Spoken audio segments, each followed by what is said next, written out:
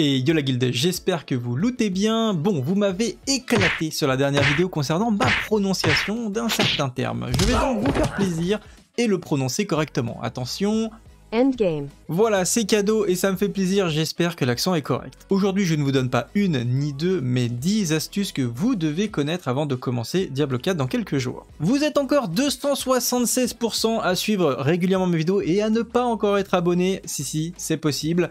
Alors pour ne pas manquer les prochaines vidéos, n'oubliez pas de vous abonner et d'activer la cloche. Sur ce, c'est parti. Endgame.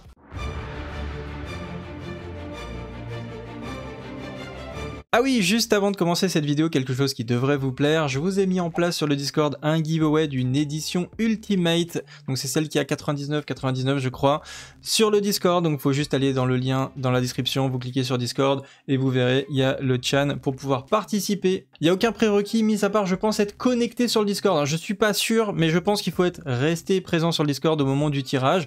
Le Discord, le premier tirage sera à peu près dans un mois et j'en ferai peut-être un autre après, on verra en fonction du succès du premier. Voilà, retour à la vidéo. Et comme toujours, vous retrouverez cet article sur mon site internet camilabs.fr dans la partie bien débutée, Bible des astuces pour Diablo 4. Sachez que cette liste sera évolutive puisque pour l'instant il y en avait déjà même plus que 10, j'en ai d'autres à rajouter sur le site et l'objectif c'est de refaire une vidéo à chaque fois qu'il y en aura 10 de plus tout simplement. Et on commence tout de suite avec les hôtels de Lilith. Donc durant votre leveling, vous allez croiser comme ça des petites statues. À chaque fois que vous allez les utiliser, ça va vous donner un bonus à vos caractéristiques, mais ce qu'il faut savoir c'est que surtout ces caractéristiques sont liées au compte. Ça veut dire que votre personnage principal, le premier que vous allez monter en niveau, eh bien va carry tout le reste de votre compte et ce sera beaucoup plus facile de monter des personnages secondaires par la suite. Attention néanmoins, ça ne sera pas lié aux différents comptes qui seront sur d'autres types de modes de jeu, comme par exemple les saisons qui arriveront dans un deuxième temps, mais également le mode hardcore. Je ne sais pas encore si le mode hardcore a son propre univers, c'est-à-dire si vous avez un premier personnage hardcore et que vous arrivez, admettons, à découvrir l'intégralité de la carte, à débloquer un certain nombre d'hôtels de Lilith, de monter des renoms, etc. Est-ce que dans l'environnement hardcore, tous les autres personnages que vous ferez en hardcore seront boostés par le premier personnage hardcore, sous-entendu qu'il est toujours en vie. Donc je ne sais pas exactement comment ça fonctionne à ce niveau-là, je ne sais pas s'il y a eu des précisions. Si c'est le cas, n'hésitez pas de me le dire en commentaire. Dans tous les cas, je continuerai de chercher et si j'ai l'info, je vous le dirai. Également, vous avez pour les hôtels de Lilith, je vous ai fait, donc il y a une vidéo et vous avez également toujours la carte interactive. Hein, j'en avais parlé dans une vidéo, mais elle est toujours ici. Donc n'hésitez pas, ça sera très pratique pour retrouver les différents hôtels de Lilith. Ensuite, vous avez, prenez toutes les quêtes bleues sur votre route. Alors c'est des quêtes secondaires, mais il n'y a pas vraiment de limitation déjà au nombre de quêtes que vous allez pouvoir accumuler et en plus vous les verrez sur votre carte ainsi que dans vos donjons et ça vous donnera pas mal de bonus comme de l'or et de la réputation de la zone, donc c'est vraiment que du bonus. Moi je vous conseille pas forcément, surtout quand vous êtes en train d'avancer dans l'histoire du jeu, sauf si vous avez adoré faire des side quests, hein, il y en a qui adorent ça. Moi en général j'aime bien optimiser la manière dont je me déplace dans le jeu et donc du coup je vais faire les quêtes secondaires mais qui se trouvent sur mon chemin ou qui me demandent de pas faire trop de détours. Donc en général on a toujours un bon moment, on va dire, dans le jeu pour arriver à un certain endroit précis. Et très souvent, si vous prenez toutes les cartes, vous allez arriver à faire toutes les quêtes secondaires un petit peu de manière naturelle en ayant cherché que ce soit des hôtels de Lilith, en faisant la quête principale ou en ayant dans un donjon spécifique et vous allez voir il y a une quête secondaire qui est pas loin.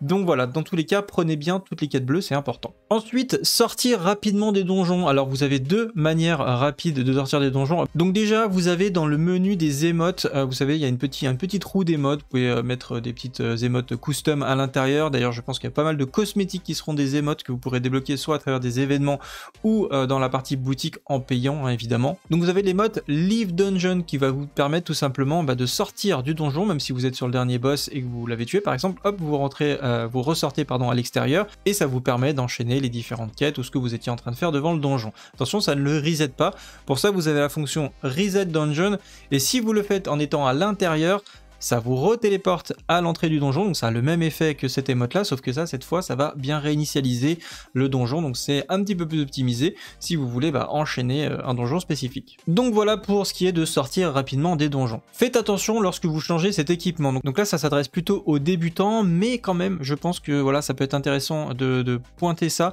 Donc voici également une des bonnes astuces pour Diablo 4, surtout quand vous débutez, quand vous obtenez des nouveaux objets, le jeu met en valeur le plus 76, par exemple comme cet objet, on a l'impression que vous allez avoir un, pour indiquer la différence positive de gain d'armure, ou en rouge, différence négative par rapport à un nouvel objet. Et en fait ce petit bonus plus 76 se calque sur l'armure. Donc c'est un petit indicateur notamment au niveau du e-level, donc item power. D'ailleurs je trouve que ça aurait plus de sens de mettre un plus vert au niveau du item power plutôt que de l'armure. Mais en fait il faut bien comprendre que ce qui nous intéresse sur l'objet, ça va être vraiment les affixes que vous avez en dessous. Donc par exemple là il y a du all stats, si l'objet que vous allez récupérer ne vous donne pas de stats du tout, avec des petits affixes mais qui sont pas du tout intéressants, et ben à ce moment-là ça sert à rien de changer d'équipement, même si l'autre objet est en rouge, c'est-à-dire il vous donne moins 15 par exemple, bah en fait c'est pas ça qu'il faut regarder, c'est vraiment les affixes. Il y en a qui vont me dire que c'est évident, mais je pense pas que ce soit forcément évident pour les gens qui débutent, donc voilà, je préfère le repréciser, ça mange pas de pain. Faites des élixirs, évidemment vous allez pouvoir accéder, je crois que c'est à partir du niveau 10, vous allez pouvoir commencer à fabriquer des potions, donc vous ramassez les différentes plantes que vous croisez dans l'univers de Diablo, et vous avez plein d'élixirs qui vont être soit adaptés à votre classe, donc qui vont augmenter votre vitesse d'attaque, votre vitesse de cast, votre vitesse de déplacement, votre armure, peu importe. Et surtout, tous les élixirs donnent 5% de plus d'expérience pendant 30 minutes et ça persiste après la mort. Donc c'est vraiment très intéressant de le maintenir pendant votre leveling si vous voulez vous optimiser, aller le plus vite possible. Et c'est assez facile à farmer, à récupérer, il faut juste y penser. Conservez vos objets bas level pour vos rerolls. Donc vous allez probablement looter des jaunes et des objets légendaires intéressants pour votre premier leveling, le leveling de votre main.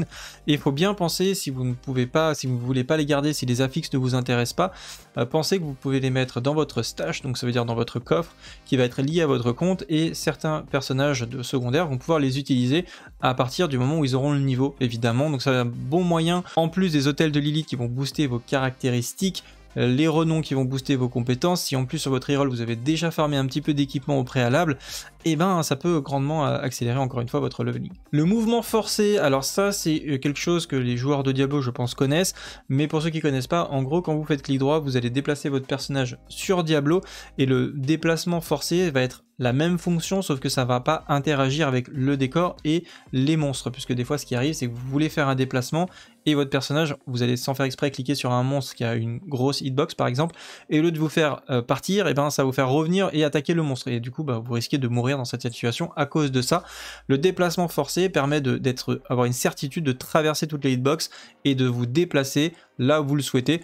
Donc ça peut être assez intéressant d'avoir un bind comme ça secondaire pour vraiment, quand vous êtes en situation d'urgence, de vraiment vous voulez vous déplacer, et bien d'utiliser ce raccourci pour cela. Moi par exemple c'est le bouton du milieu de ma souris de la molette, le bouton de la molette. Quelle est la méthode la plus rapide pour le leveling? Je pense que certains vont se poser la question. Et bien sur la bêta il a montré que la façon la plus rapide de monter les niveaux est de réaliser des donjons et de participer à des événements sur la carte, donc ils sont représentés comme ici sur l'image par un cercle orangé rouge. A noter que les donjons qui sont les plus intéressants et qui donnent le plus d'XP, c'est ceux qui vous demandent de collecter des esprits en tuant des élites. Donc c'est pas tous les donjons qui font ça, il y en a un certain nombre spécifiques, et d'ailleurs je vous ferai un petit récap dans la première vidéo membre de Diablo, parce que oui, il y aura des vidéos membres comme je l'ai fait pour World of Warcraft, vous aurez des vidéos membres pour Diablo, mais elle n'est pas encore là. Donc je ferai la promotion quand elle sera disponible. Mais en tout cas voilà, sachez qu'il y a des donjons qui sont beaucoup plus rentables que d'autres, et en général c'est ceux qui contiennent cet objectif là de récupérer des esprits sur des élites, parce qu'il y a beaucoup plus d'élites dans ces donjons là, et donc beaucoup plus d'XP. Les feux de camp vous donnent un buff d'expérience, donc rester à proximité d'un feu de camp vous donne un buff qui se stack pour gagner de l'expérience, donc ça peut être un endroit intéressant pour AFK afin d'optimiser votre prise à votre retour. Donc voilà, vous chopez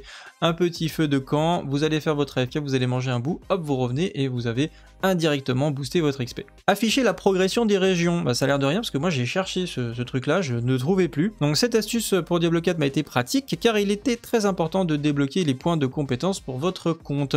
Et c'est grâce à ce menu que vous allez pouvoir suivre votre progression et de récupérer votre récompense. Donc c'est la progression du renom, donc la renommée dans chaque zone. Vous aurez Chaque zone aura sa propre renommée que vous allez débloquer, comme on l'a expliqué tout à l'heure, en faisant des quêtes, des donjons, etc., etc. Et ça vous permet de débloquer donc ce qui nous intéresse le plus dans ces récompenses. On va agrandir un petit peu.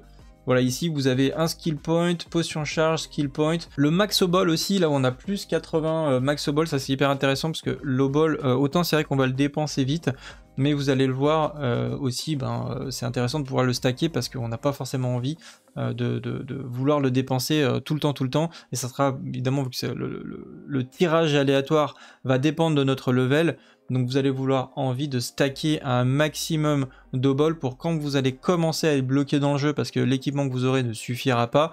Là, vous allez vouloir commencer à réfléchir à votre optimisation et c'est là où les obols vont être très intéressants pour commencer à choper les premiers affixes, et ça sera d'ailleurs l'objectif d'une très prochaine vidéo sur comment optimiser votre tirage au sort à ce niveau-là. Et voilà, c'est tout pour ces 10 premières astuces. Évidemment, si vous en voulez plus, il y en a déjà plus dans l'article, hein, donc vous pouvez aller consulter l'article si vous le souhaitez et vous spoiler du coup la prochaine vidéo un petit peu, qui devrait arriver de toute façon quand j'aurai de quoi faire du coup la deuxième, donc quand j'aurai 10 astuces supplémentaires. Si vous avez des bonnes astuces d'ailleurs, n'hésitez pas de me les donner en commentaire. Évidemment, je vais essayer de faire plus attention sur ma prononciation de l'endgame. Beaucoup de vos commentaires m'ont d'ailleurs fait beaucoup rire à ce niveau-là, donc moi ça me fait toujours plaisir quand on a des remarques constructives, même si c'est sur de la prononciation. Et bah écoutez, voilà, je vais essayer de m'améliorer à ce niveau-là, il n'y a pas de souci. Dans tous les cas, je lis tous vos commentaires, donc c'est toujours un plaisir de vous lire. Dans tous les cas, si cette vidéo vous a plu, n'hésitez pas à la liker et la partager, ça fait toujours plaisir. Et pour ma part, je vous dis à la prochaine vidéo. Salut à tous, c'est le guide, ciao bye!